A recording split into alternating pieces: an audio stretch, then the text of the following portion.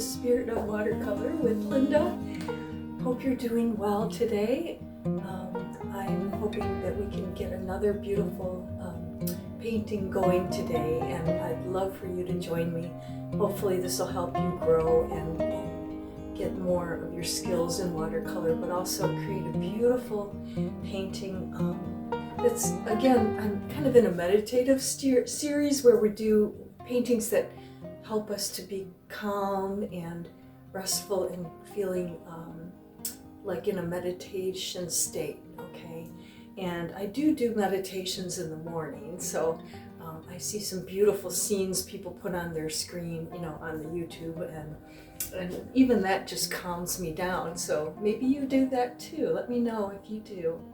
Welcome new subscribers along with the regular subscribers, and today I have a picture for you if it comes out on the screen for you here. It's just something that has kind of motivated me. Let's see if I can get a better picture of it. And it's basically, there's this sort of lavender, which is a calming color, right? Lavender sky, and some Quinacridone Rose. To me, there's some pink in the water, like a rosy color. And then there's the silhouette, basically, of the back, the land. And I want to create a beautiful black with that, and we'll use that Quinacridone Rose, okay? And we'll create a black. We're going to mix it with a kind of green, a phthalo green. And then we're just going to, you know, use our purples and violets and rose colors to create the sky and the waters that are sort of shallow and soft. They're not moving at all. They're very peaceful.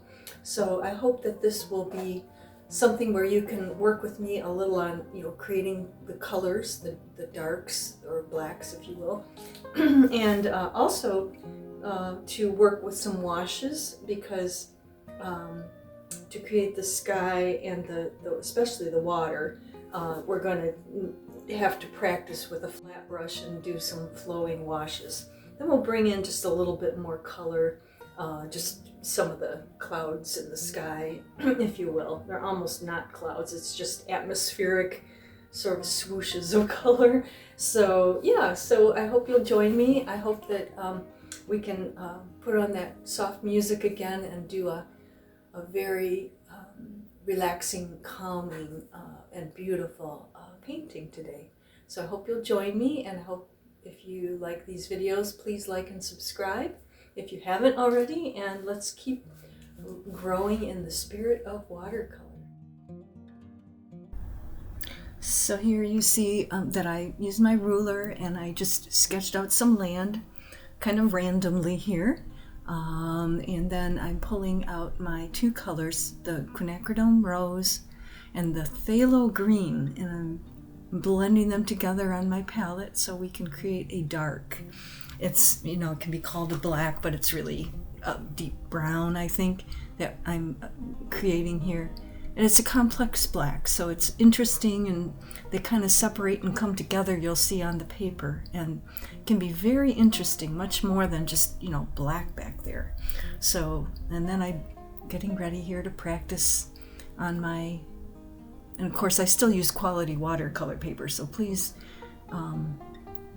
do that if you can afford it, because it does create better results. Or, you know, like this is Saunders paper, but you might want to try Stratford paper. It might not have the granulate, or the paper is a little, I don't like quite how the bumps are a little too machine made, but you might like that. This has a more natural texture to it, these nicer papers.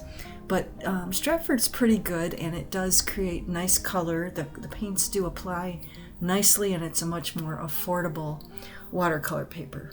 Okay, and there you are. I started with my pointed round after wetting where the water is, because underneath of the land, the water, I want it to kind of have the paint flow out from the land underneath to sort of create a very easy reflection.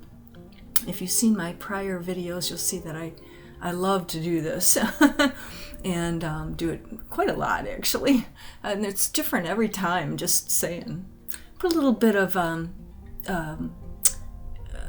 shapes of the land in the background. They could become, oh, there we go with the water.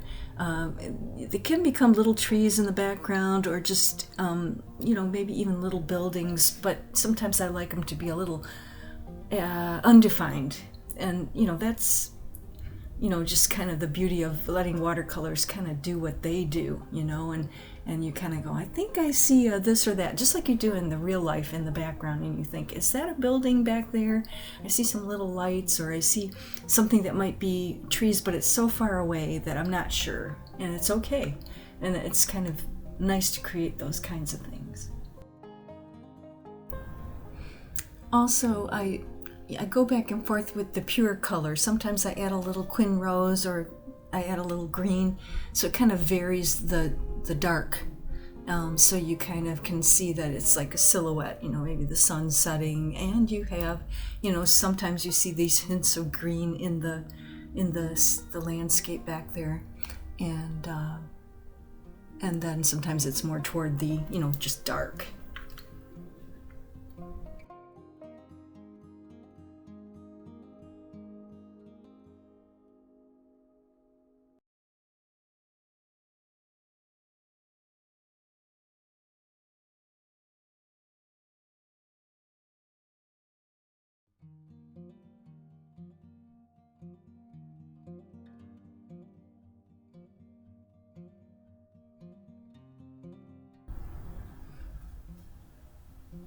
Okay, so you may have seen that this mop brush that I have here, I've used it a lot to just wet the paper. Don't usually use it to put the flat washes on, like for the sky. We're going to do a serene flat wash now, and the water too. So I'll use my regular flat brush, my 1-inch flat now, a watercolor brush. It's sable. You don't have to use sable, but I like to. It's so nice. And after years of painting, I upgraded somewhere in there because it's so lovely. Putting in that lavender, it's just the Winsor Violet, and it comes out as a beautiful lavender. I think my brush wasn't wet enough because it didn't come out as smooth as I usually like.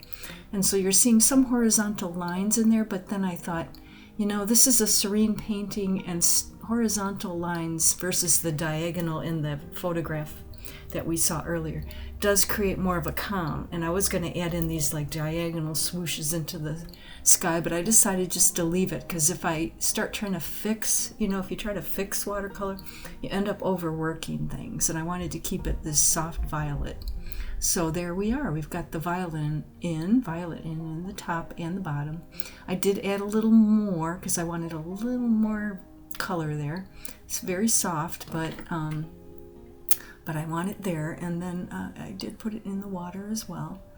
And then we're going to come in, a little more into the water with our Quinacridone Violet soon.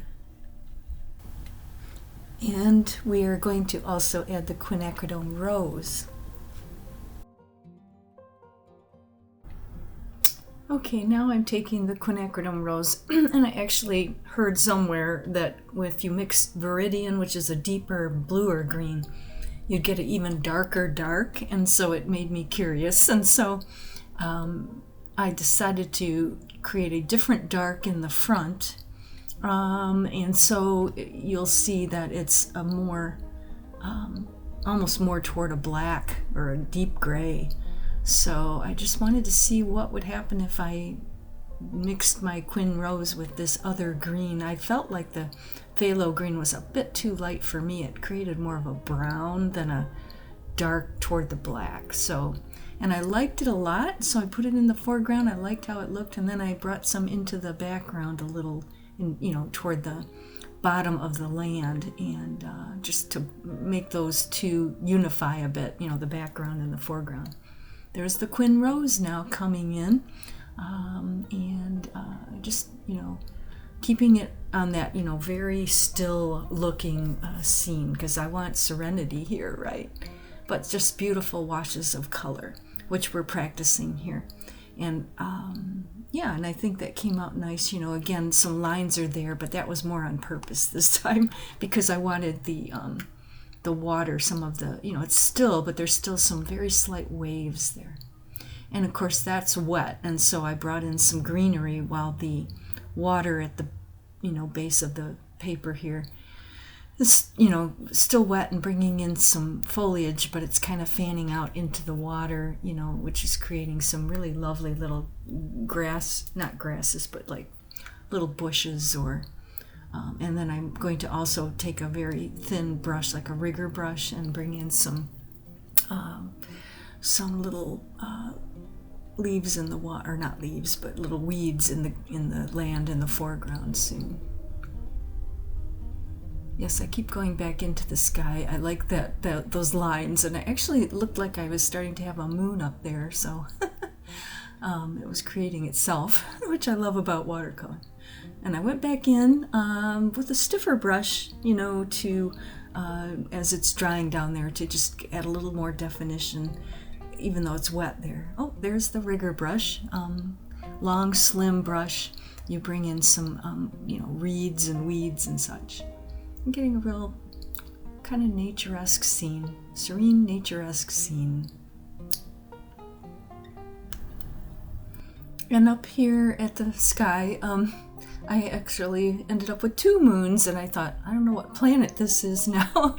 So I was working into trying to blend out one of them. I don't think we needed 2. I've picked up the board a few times, you may have seen, and that just helps the flow of, the washes to flatten out a little more, smooth out. And then, I'm just kind of looking at it and saying, is there anything else it needs? It's certainly a serene piece, isn't it? So to finish the painting, I did a little bit more. I just defined that moon up there a little more, and I added some of the watercolor white that I have in a jar. It's a watercolor. It's an opaque watercolor, and I brought in some reflection from that moon into the water, and I felt like that gave it a little more focus, and so I like it better now. I hope you do too. So mainly we used those 4 colors, the Quin Rose and the violet, the Windsor violet, and then the 2 greens, phthalo green and viridian, and then there's the white. I always use a little white in my art, by the way. I don't know if that's breaking watercolor rules. I leave the white of the paper too, but I don't think you have to exclusively never use white.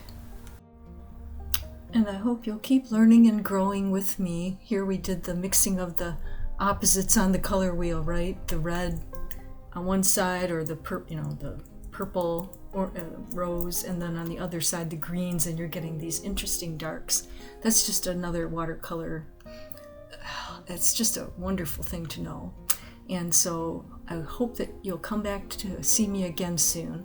Please do comment on the things you like and the things that you want to see in the future. I'm always interested in hearing from you very much, and hope that you'll get your paints and palette out, and even outside. The weather might start to improve eventually here, and we'll see you at the next Spirit of Watercolor. Bye!